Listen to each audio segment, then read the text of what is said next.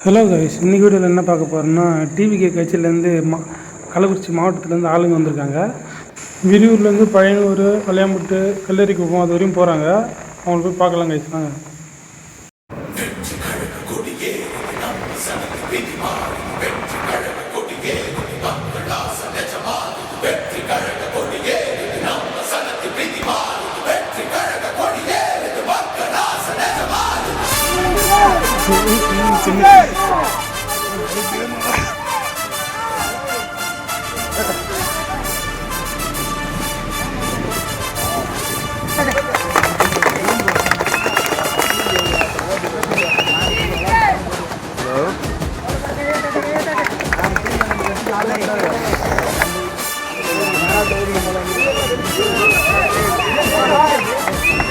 Hello.